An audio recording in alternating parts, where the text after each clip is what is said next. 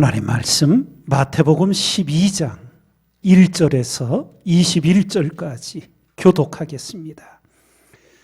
그때에 예수께서 안식일에 밀밭 사이로 지나가실새 제자들이 시장하여 이삭을 잘라 먹으니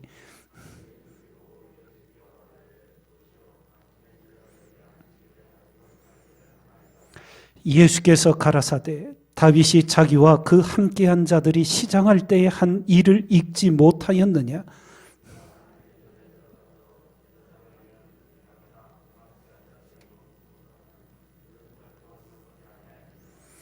또 안식일에 제사장들이 성전 안에서 안식을 범하여도 죄가 없음을 너희가 율법에서 읽지 못하였느냐? 나는 자비를 원하고 제사를 원치 아니하노라 하신 뜻을 너희가 알았다면 무죄한 자를 죄로 정치 아니하였으리라. 거기를 떠나 저희 회당에 들어가시니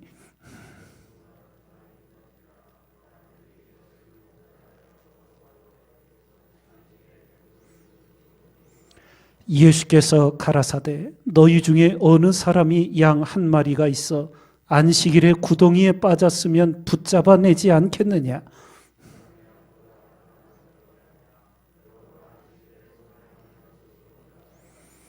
이에 그 사람에게 이르시되 손을 내밀라 하시니 저가 내밀매 다른 손과 같이 회복되어 성하더라.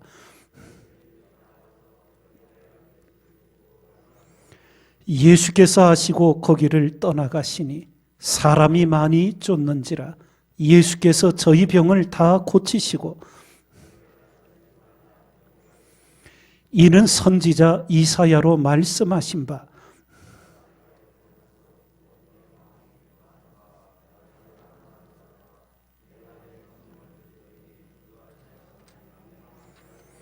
그가 다투지도 아니하며 들레지도 아니하리니 아무도 길에서 그 소리를 듣지 못하리라.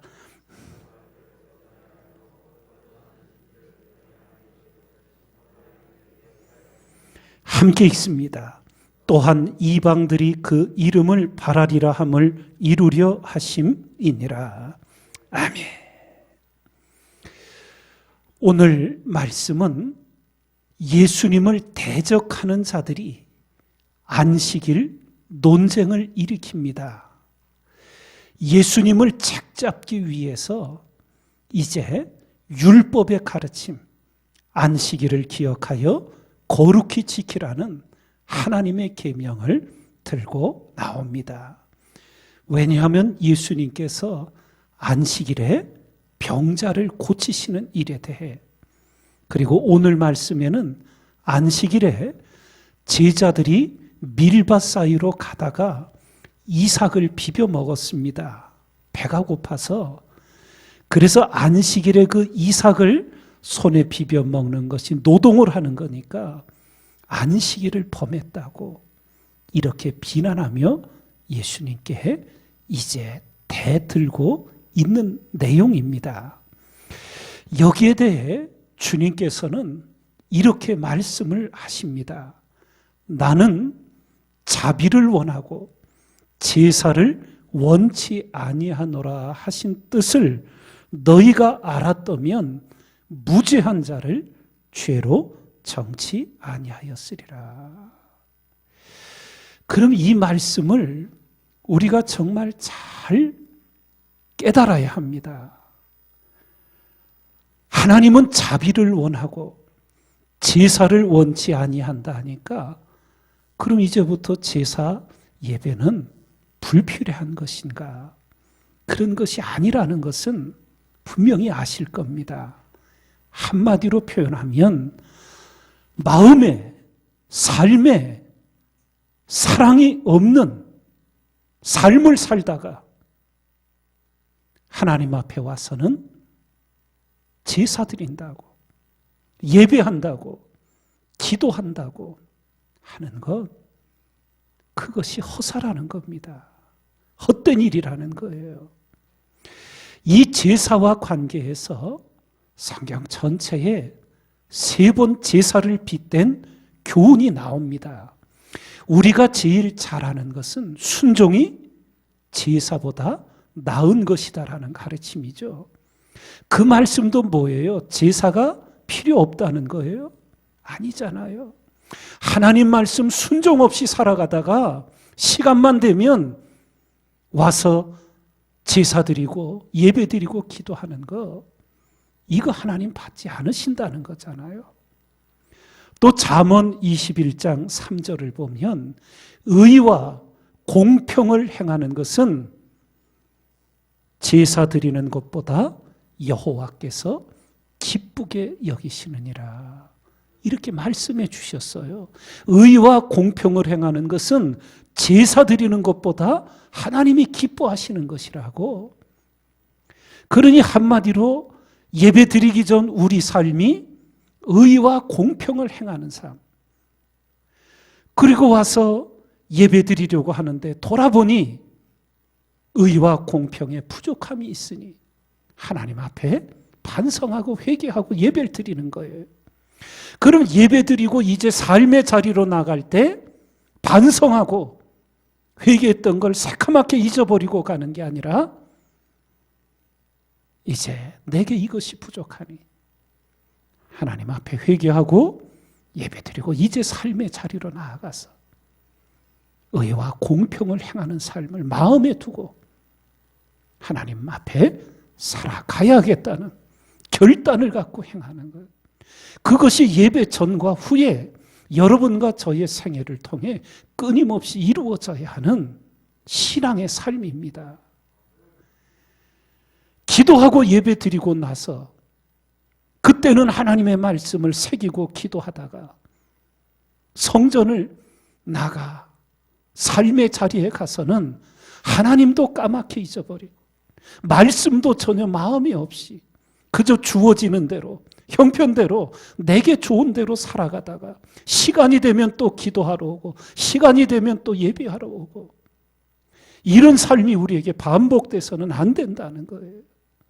하나님의 말씀을 새겨 들어서 기도했으며 그 말씀을 마음에 담아 기도드린 후 예배드린 후 삶의 자리에 나가 하나님의 말씀을 따라 행하고 의와 공평을 행하고 사랑을 실천하다가 예배의 자리에 왔는데 마음에 행하였지만 부족한 것이 있어 정직히 하나님 앞에 인정하고 도움을 구하고 반성하고 그리고 예배를 통하여 스스로 회개하며 근신하며 삶의 자리로 나아가 결단을 또 행하며 하나님 앞에서 살아가는 여러분과 제가 되어야 될 줄 믿습니다.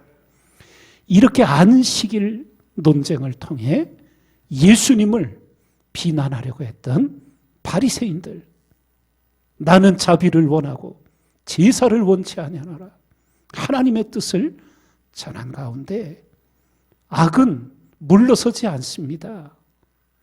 악한 자들은 집요하게 달려듭니다. 이제 또 사람들이 예수를 송사하려고 아주 이제 대놓고 묻는 거예요. 안식일의 병자를 고치는 것이 옳으니까. 예. 그러자 주님이 이렇게 대답하시오. 너에게 양 한 마리가 있어. 구덩이에 빠지면 너희가 안식일이라도 건져내어 살려내지 않느냐. 율법에 따르면 그게 안식일을 범하는 노동이 되는 거예요. 그런데 사람이 양보다 더 귀하지 않느냐. 그러면서 안식일에 그 한편 손이 말라 불고가 된 사람을 온전케 해주시지요. 그러자 어떤 일이 벌어집니까? 14절에 보니까 바리새인들이 나가서 어떻게 하여 예수를 죽일고 의논했다고. 예. 늘 이 말씀에 근원을 강조해 드렸어요. 사단은 죽이는데 늘 혈안이 돼 있어요. 그러나 하나님의 영, 성령의 역사는 살리는 역사예요.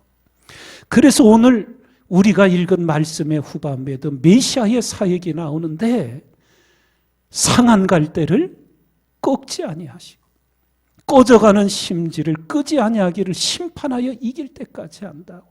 어찌하든지 살려보려고 기다리시고 또 인내하신 하나님의 마음. 우리가 그리스도인으로 일을 행할 때 살리는 일인지 죽이는 일인지 늘 점검하셔야 합니다. 이게 생명의 길인지 사망의 길인지 늘 강조해 말씀드리잖아요. 어떤 길은 사람의 보기에 바르나 필경은 사망의 길이라고. 내가 말하고 내가 결정하고 내가 판단하고 행하는 일들이 이게 죽이는 일인지 살리는 일인지 여러분과 제가 하나님 은혜에 붙들려 죽이는 일에 앞장서는 바리새인들과 같은 이런 허망한 인생이 아니라 살리는 일에 쓰임받는 거룩한 도구가 되기를 소원합니다. 새벽을 일깨어 기도하시며 오늘도 말씀을 마음에 새겨 기도한 이후 삶의 자리, 일터의 자리 그곳에서 하나님 앞에서 행하시고 그리스도 안에 거하여 주님과 동행하는 진정한 그리스도인 우리 모두가 되기를 주님의 이름으로 축원드립니다.